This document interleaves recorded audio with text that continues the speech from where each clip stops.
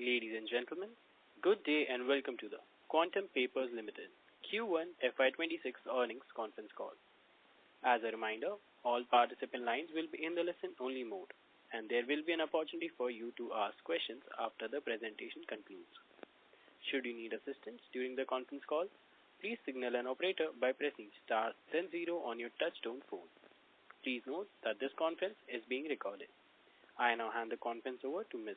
Nupur Jain Kunia from Valorem Advisors. Thank you, and over to you, ma'am.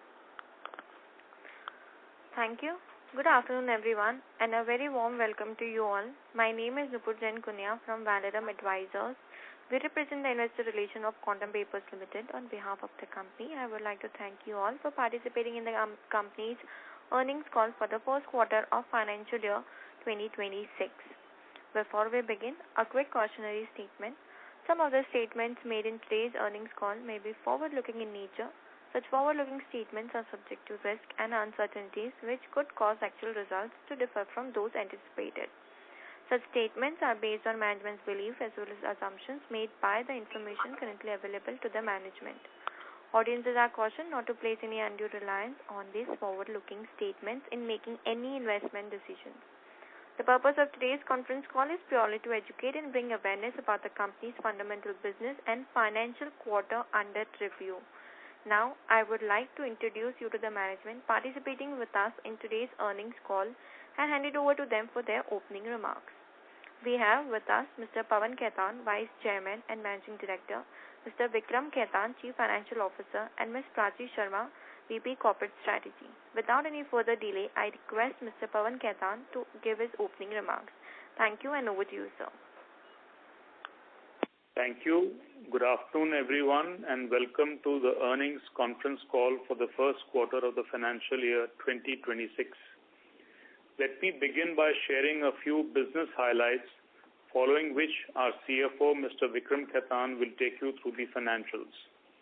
The domestic paper industry continues to face significant challenges marked by persistently high domestic wood pricing and an influx of competitively priced imports.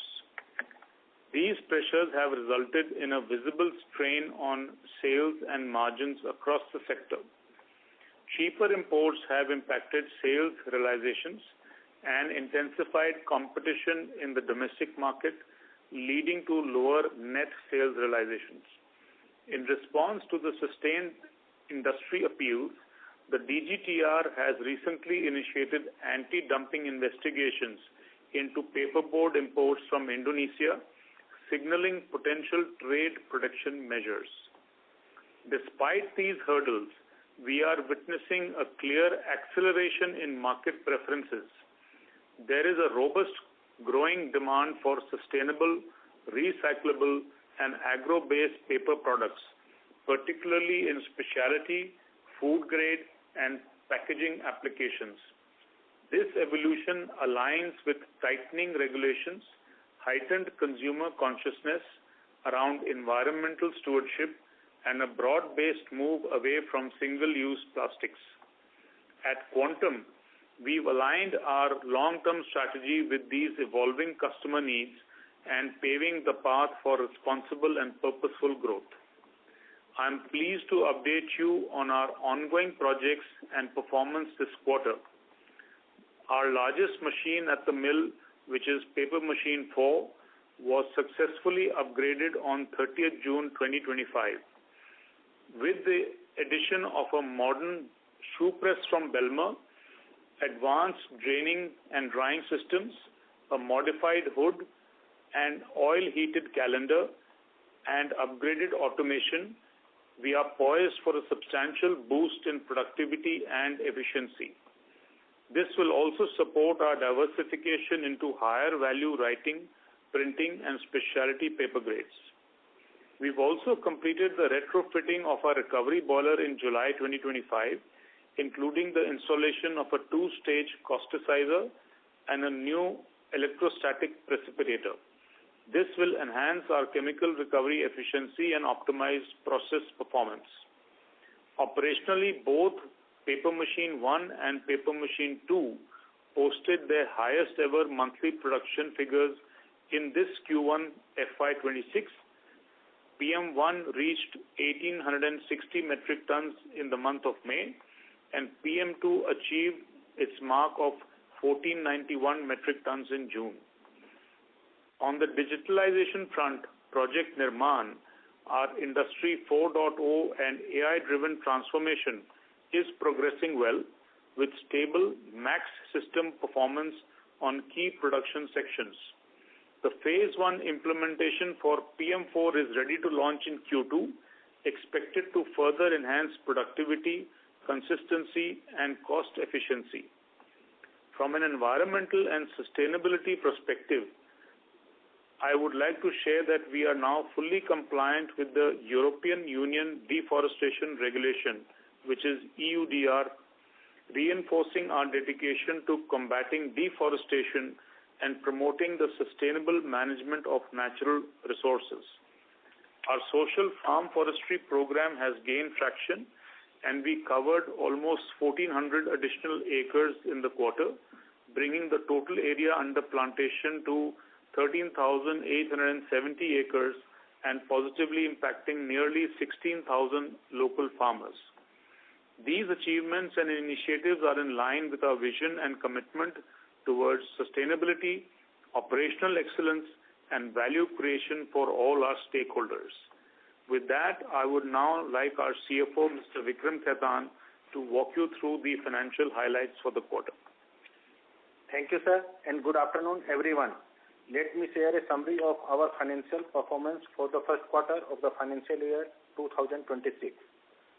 For the quarter under review, our operational income stood at rupees 223 crores, reflecting a decline of 20.6% year-on-year basis and 19.6% on quarter-on-quarter basis. This was primarily due to plant shutdown of PM4 for its upgradation, which reduced production by almost 9,000 tons and in turn impacted both revenue and EBITDA margins. EBITDA for the quarter was rupees 40 crores, down 43.6% year-on-year basis. The EBITDA margin stood at 18.1%. Net profit for the quarter was rupees 12 crore, making a decline of 68.3% year-on-year basis. PAT margins were reported at 5.4%. With this, we can now begin the question and answer session. Thank you very much, sir. We will now begin the question and answer session. Anyone who wishes to ask a question may press star and 1 on their touch-tone telephone. If you wish to withdraw yourself from the question queue, you may press star and 2. Participants are requested to use handsets while asking a question. Ladies and gentlemen, we will wait for a moment while the question queue assembles.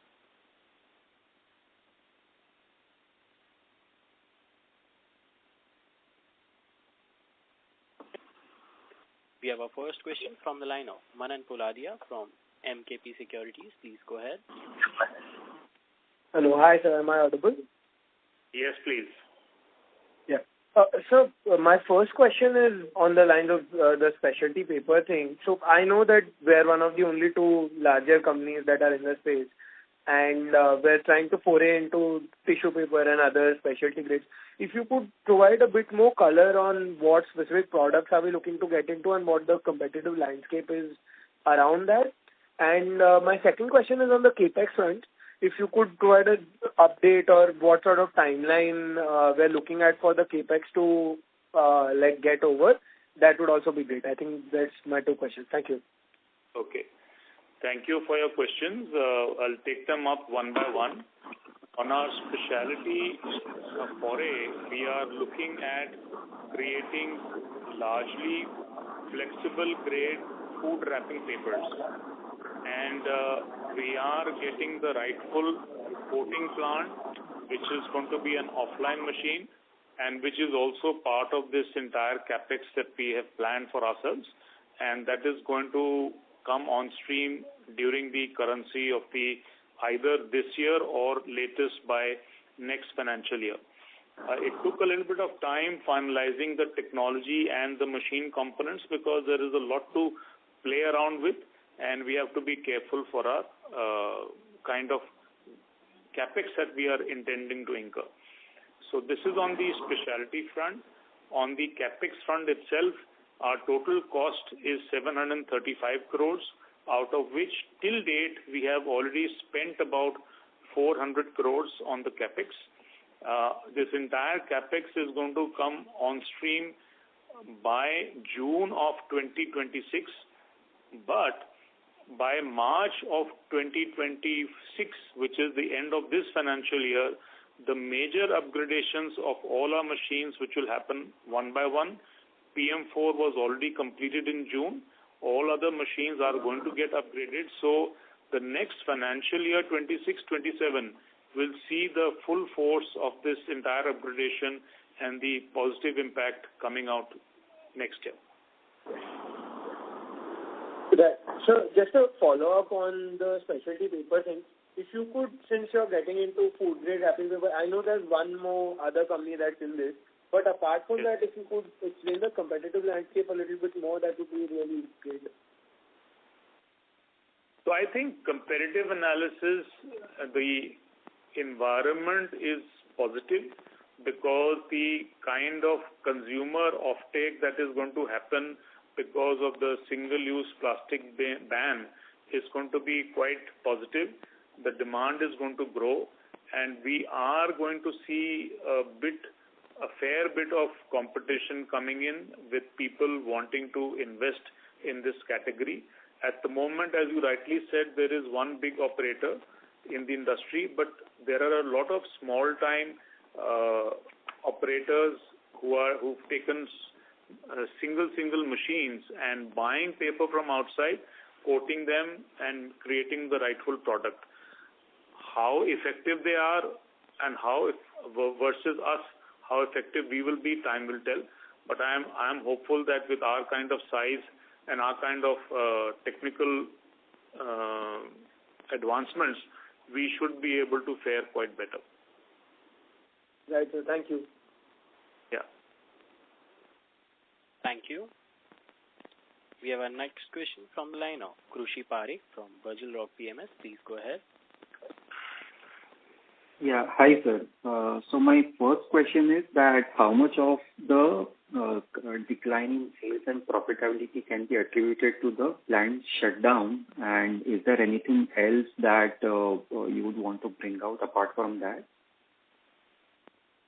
Yes, a good question, Krushi. This shutdown, which undoubtedly was planned, and it was for a period of almost 25 days, as enumerated by our CFO, it led to a reduction of almost 9,000 tons, which has greatly impacted the performance of this quarter alone. And we just did an analysis in our board meeting also that had this not happened, we would have maintained our EBITDA margins at 22%, which we recorded even in Q4 of last year. So I may say that EBITDA margins would have been in place. However, the sales reduction is on account of a margin variation, which is very, very marginal, hardly any variation in sales pricing of this quarter. So I think the majority of the reduction in sales value and EBITDA is on account of the loss of production due to the plant shutdown.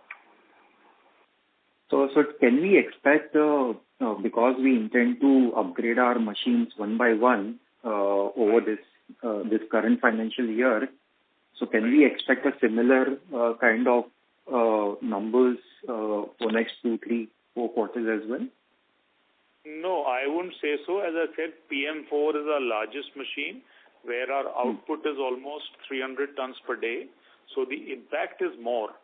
Other machines, 2 machines are about 40 tons each, and 1 machine is 120 tons. So the impact will be much lower. And by that time, during the time that they will be shut down, our PM4 is also going to work at a higher capacity. Okay, I understand. And second thing, sir, this anti-dumping investigation that the government is undertaking. How can we understand the stage at which these investigations are, and how do we update ourselves in terms of, if at all, any potential action will come on these imports or not? So I'm just trying to get some sense on how can we measure it, or how can we follow it up. I'll let Prachi answer that for me. Hi. So the DGTR has just initiated the investigations, particularly into virgin multi-layered paper growth from Indonesia. So I think this is the beginning of these kind of investigations where the DGTR has taken cognizance of the fact that the domestic industry has been impacted by routing of imports through Indonesia, whether it is from China or other Southeast Asian countries. So right now, since it's at the inception stage, they've just launched it in July. It remains to be seen as to how this progresses.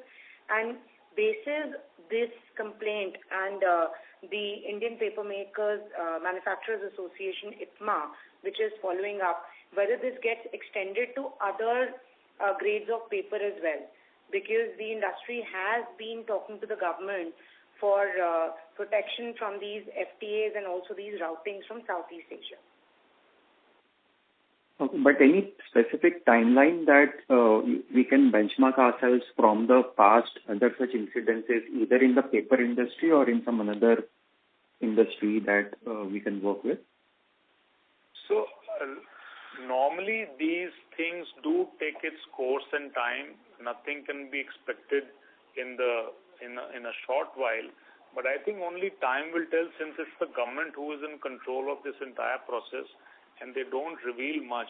One only gets to know once the process is complete. I understand that we may look at about 4 to 6 months for a kind of some kind of impact to come in, but it could go even up to a year, 12 months or so. Okay, understand. Thank you so much. Thank you. A reminder to all participants, if you wish to ask any questions, you may press star and 1 on your touchtone telephone. Anyone willing to ask a question, you may press star and 1 now.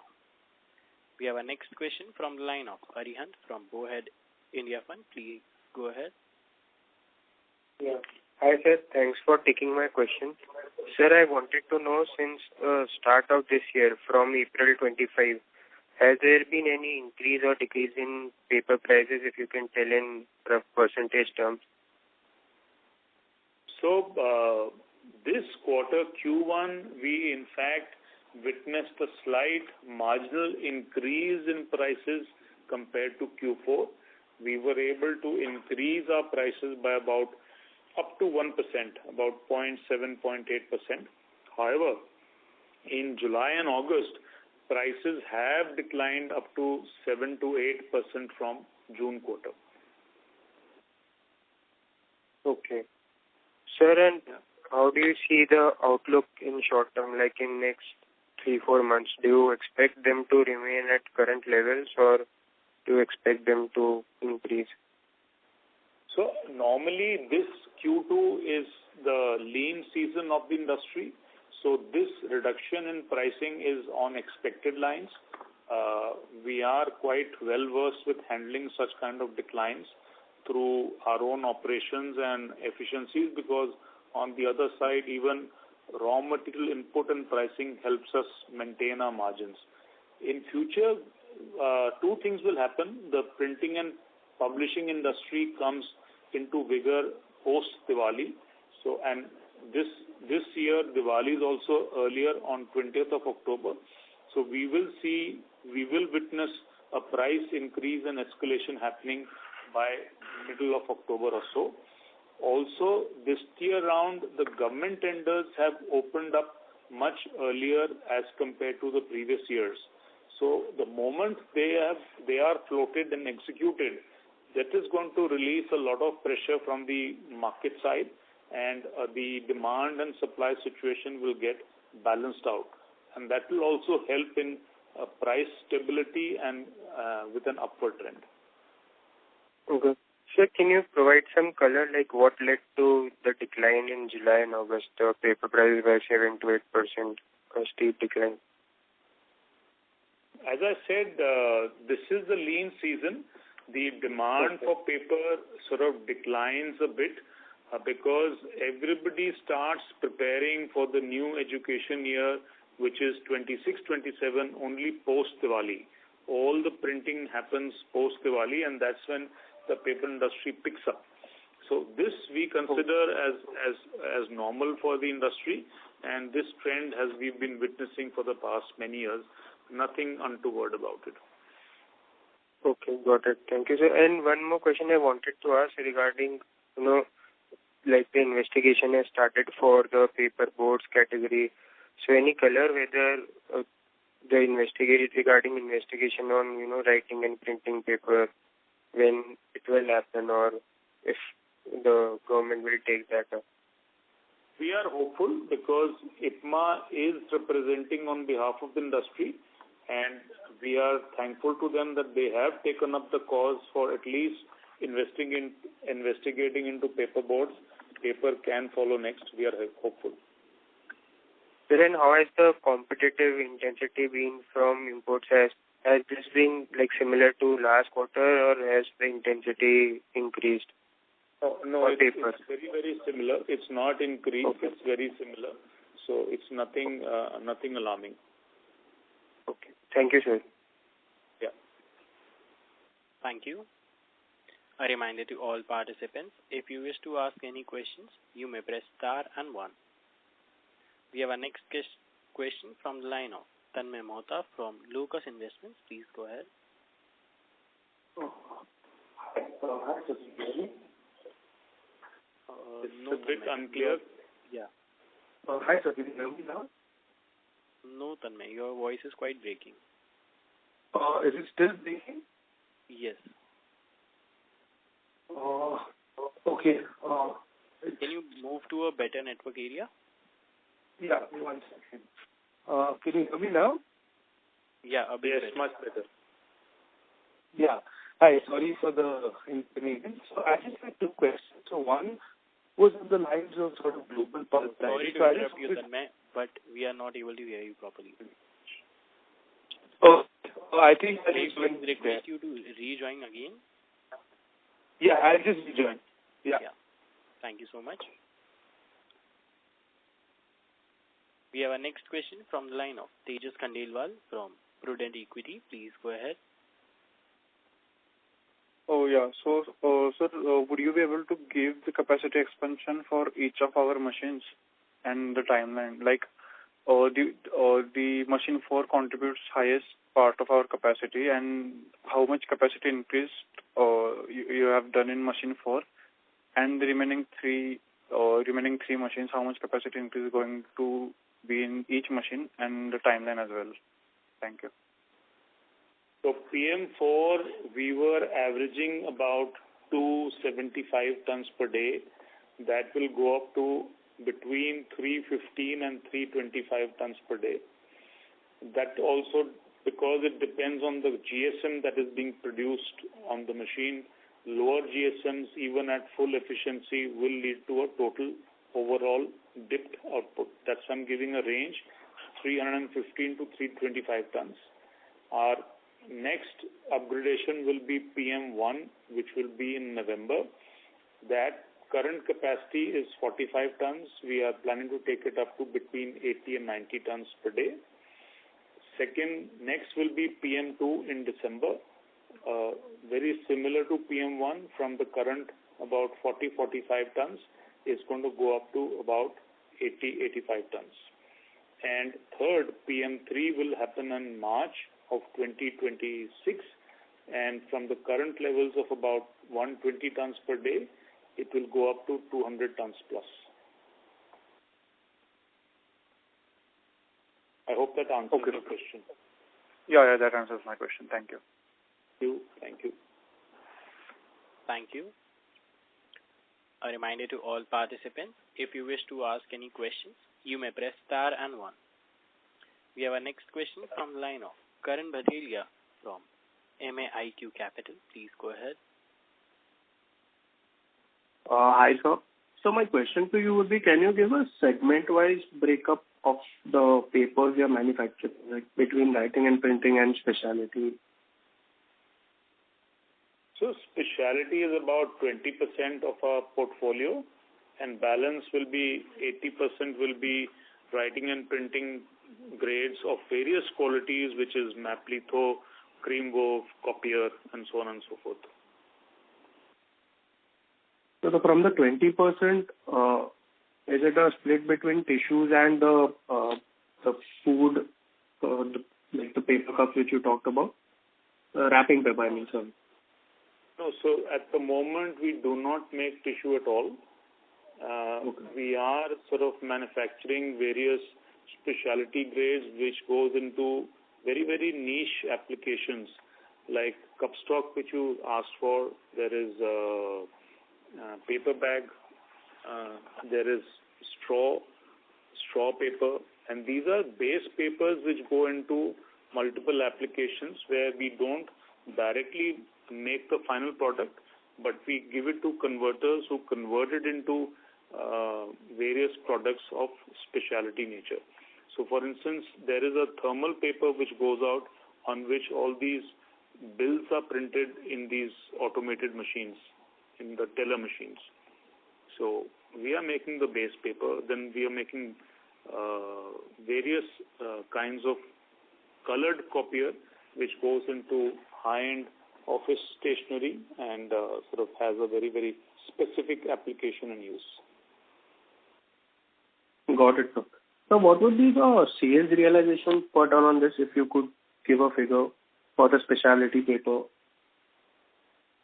So the sales revenue will be about 3 to 5% higher than writing and printing grades. So from the average 70,000 per ton, you mean to say 4% higher on that number, on 70,000? Yes, please. As of going forward, like the capacity expansion we are doing, the split remains the same between specialty and writing and printing, or are we enhancing more towards specialty? We will be enhancing. As I said, we will be putting and installing a coating plant, and that coating plant will help us manufacture further quantities of specialty grades. So I'm expecting our this percentage to go up from 20 to about 30% by the end of next financial year. Got it, sir. Thank you. Thank you. A reminder to all participants, if you wish to ask any questions, you may press star and 1. A reminder to all participants, if you wish to ask any questions, you may press star and 1. We have our next question from the line of Tanmay Mohta from Locus Investments. Please go ahead. Hello, am I audible? Yes, Tanmay, please go ahead. Yeah, so I had one question on the lines of pulp prices. So I just wanted to know how we are sort of impacted by global pulp prices, and pulp having bottomed out globally. Are we impacted with global pulp prices? And if so, then what is the sort of nature we expect in terms of realizations going forward? And secondly, the question was in the lines of raw materials. So I think, a few other wood panel manufacturers mentioned that they expect some wood supply to enter the market this year. So how is that shaping up, and what is our sort of expectations on domestic wood prices? So, Tanmay, great question. And this is one answer where I will say I wish I was impacted by wood pricing, because they have gone down internationally. Wood pulp pricing is currently ruling at about $500 a ton, which has gradually come down from a high of $600 plus, which maintained during the last year. And even this is hardwood pulp pricing, even softwood is ruling at about $570 per ton, which is fairly lower than what it was ruling earlier. But we are not really impacted favorably because of reduction in these pricing, because the usage for us for imported pulp is very, very minuscule. No more than 3 to 4% of our complete raw material requirement is furnished by imported wood pulp. But going forward, when we are going to be increasing our production output levels, we are looking at increasing and taking in more imported hardwood pulp for our paper making, and that is going to lend both a betterment in our quality at reasonable pricing, so that's when the positive impact should come in. And as far as the other question, domestically, wood availability, that unfortunately is remaining on a high, because there is another sector which is the pulp board sector and the MDF sector, which is also a sector which procures all this wood in a large quantity. So we are facing competition from that sector in terms of wood procurement, availability and pricing. So that is where we've taken on this social farm forestry measure and initiative in a big way. We've already reached about 40 lakh saplings on an annualized basis, and our target is to create 1 crore saplings every year by the end of 2 to 3 years from here. And that is going to help generate more availability of wood for us and the industry around us. Got it. Just a follow-up, sir, if you can, if it's okay. So I just wanted to... Hello? Sorry, yes, please. Yeah, just a follow-up, sir. The follow-up was mainly that I just wanted to know if you can sort of quantify the delta. Like, for example, like say you said pulp internationally is at $500. So until what price of pulp what would be the price of domestic pulp of the same quantity? If, say for someone like you who grows it and then uses your own saplings, what would be the delta between your price and the global pulp price? Like, until what price does pulp have to fall to sort of, make you buy the global pulp? So today, Tanmay, at $500, it is a kind of a balanced pricing for both imported hardwood and the pulp that we make from locally procured wood. They will be costing us in a similar range of about 47,000 to 48,000 rupees per ton. So there is no advantage as of now. However, if domestic pricing starts going up from here, then yes, imported hardwood pulp makes sense and starts getting an advantage. And also the fact that with use of imported pulp, our quality is better, so we are able to establish better efficiencies on our machine production, and that helps. That delta is though very marginal. It helps in that additional 0.5 to 1% efficiency on our machines, which comes helpful and comes to our advantage. Understood, sir. Sure.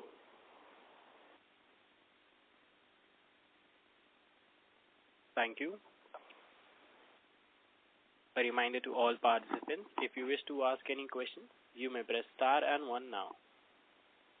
Anyone willing to ask a question, you may press star and 1. We have our next question from the line of Arihant from Bowhead India Fund. Please go ahead. Yeah, hi sir. So just wanted to ask on the imported pulp price. So wanted to know, like, do you expect the international pulp prices to fall from this level or remain constant? Do you see any new capacities coming up globally which can further aid in reducing the price? Any color on that?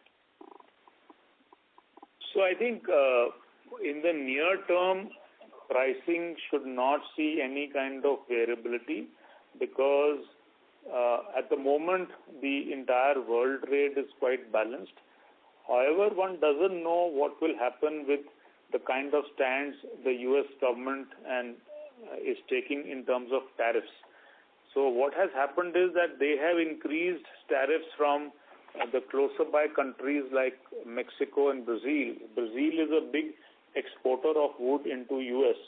So if they feel the heat by not being able to gain on their sales and markets in US, they may be able to divert all those pulp capacities to other parts of the world, and that may help in reducing the pricing somewhat.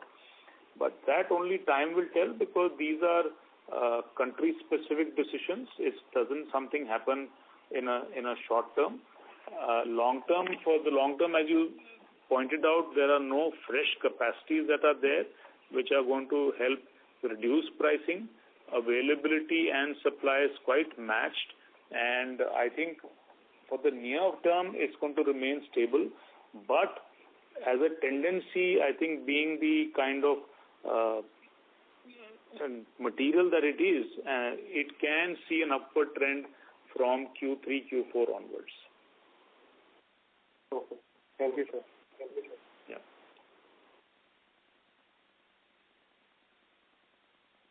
Thank you.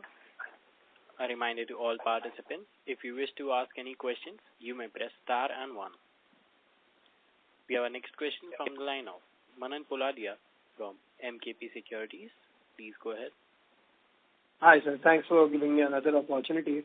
So, my question is on the ASP right now. I think last quarter we had said that it was about 66,000 rupees per MT, and you said that this quarter, whatever it was, and 7-8% lower in July and August.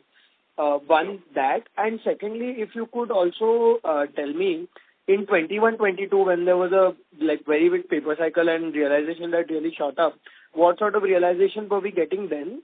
Do you think those realizations are possible again, or that was just a one-off because of what a COVID-led supply pressures or something of that sort? And secondly, sir, on the specialty paper front, I was just wondering if the pricing of specialty paper also fluctuates like printing and writing paper, or it's more or less stable at like a negotiated contract price with the customer. How does that work? So I'll try and answer all your questions one by one. As you rightly said, Q1 of this financial year versus Q4, the prices have remained largely stable, other than the about 0.7 to 0.8% increase which we were able to effect. And yes, the pricing has come down in this Q2, July, August, by about 7 to 8%. And that is largely led by the fact that traditionally this quarter is a lean season for the industry, and pricing generally comes down a bit from the Q1 and then starts to rise in Q3 and Q4. With respect to specialty paper, the pricing again gets varied according to the base pricing of writing and printing paper. So if the pricing of writing and printing paper has come down, the pricing of the specialty segment also, though not by the same percentage term, but yes, it will come down also and start showing some kind of impact. But as I said, the margins or the premium on specialty paper may vary from about 1,500 tons to about 15,000 rupees, 1,500 rupees per ton to about 3,000 rupees per ton. That premium and margin is better. Right. But it is affected by rise and fall in paper prices also. Yes. And I think you also mentioned that 22-23 was an exceptional year for the paper industry, where we as an industry also averaged about between 85 to 90,000 rupees per ton. That is the kind of pricing that we were getting. I think these kind of milestones come once in a lifetime. As you rightly suggested, that was the COVID pressure getting released, which led to such a huge increase in the paper industry pricing. We are not likely to witness that kind of surge in pricing, but yes, we can certainly expect it to go up to levels of between 75 to 80,000 in the coming years. Right. And just one more question on the specialty front, like since we are getting into food grade paper, etc. My understanding is that one large competitor that exists has a decent arrangement with some of the large QSR players, right?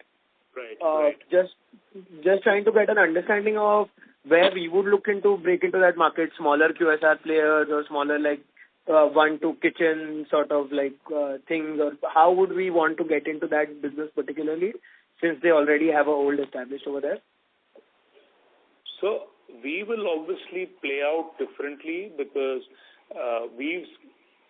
we've gained the specialty of serving niche products and niche markets.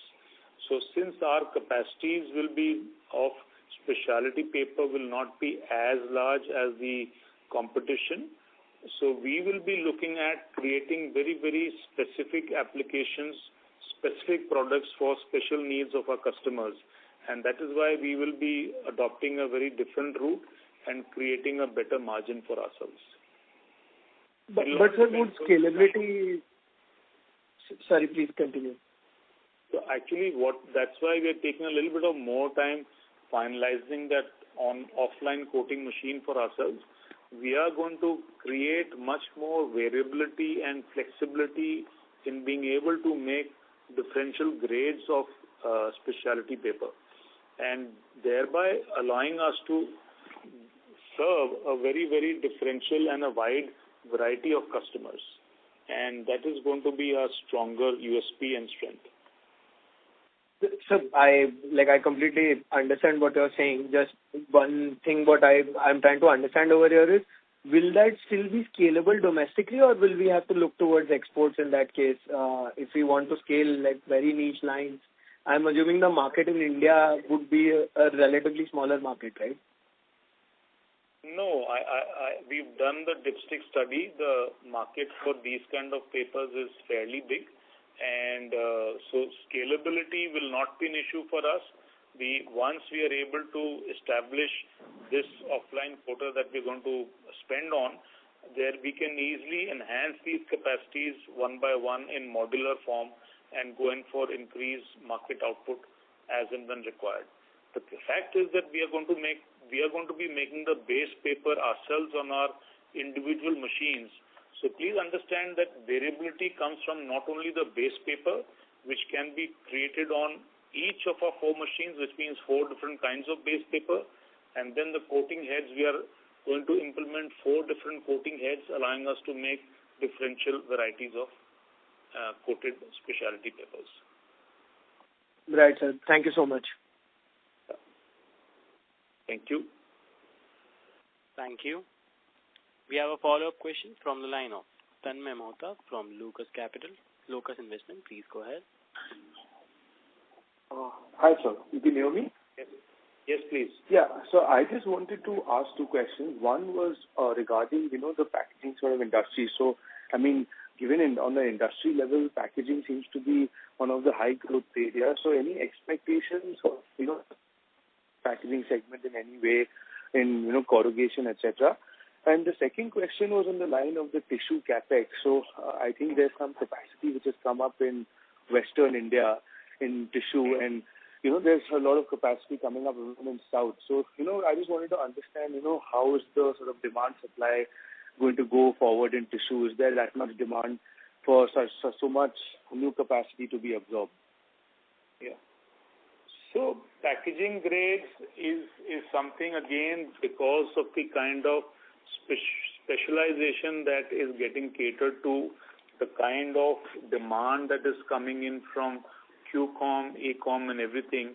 Packaging is seeing an uptrend, and the market no doubt in future is going to play out favorably for the packaging grade of, again, specific grades, specific applications and specialty segments. Similar is the case in tissue as well. Tissue, in fact, is growing at the fastest pace of about 20% annual growth. And yes, it is getting established very clearly as a dominant product in the industry, largely because the base of this particular segment is very, very low, and giving us quite a big enough space for people to get into and make business sense out of it. Okay. Sir, just a follow-up, do we plan on entering this packaging sort of grade of paper, or as of now there's no plan? No, sorry, packaging is not something that we're looking at all. Other than the flexible packaging grades that we can make from our writing, and it's called graphic papers. So we are able to make graphic papers on our machines, and whatever flexible packaging that can be created from a mix of our graphic papers with the coating plant that we are investing in, that is what we're going to enter, not the normal packaging of the craft varieties that one knows of. And on the tissue side, yes, there is a future plan to go into tissue manufacturing at some point of time. Okay. And sir, last question from my end. Like just wanted to understand the sort of geo breakup. Like given I think paper cannot be transported very long distances, do you plan on going towards the central or South Indian market, or as of now your focus is primarily on the northern sort of market? No, we are already available all across the country, Tanmay. Though 40% of our production does get sold in the northern market, and that is close to in and around Delhi, and we have a locational advantage there. And also because Delhi market happens to be the largest market for printers and publishers, and paper consumption in India happens in the most volume in around Delhi. But we are already present in the western, southern and eastern sectors of India even today, and for the last so many years. Got it. Thank you so much, sir. Wishing you all the best. Thank you. Thank you. As there are no further questions from the participants, I now hand the conference over to the management for closing comments. Thank you. Thank you all for participating in this earnings conference call. I hope we were able to answer your questions satisfactorily and at the same time offer insights into our business. If you have any further questions or would like to know more about the company, please reach out to our investor relation managers at Valorem Advisors. Thank you and wishing you all a great day ahead. Thank you, sir.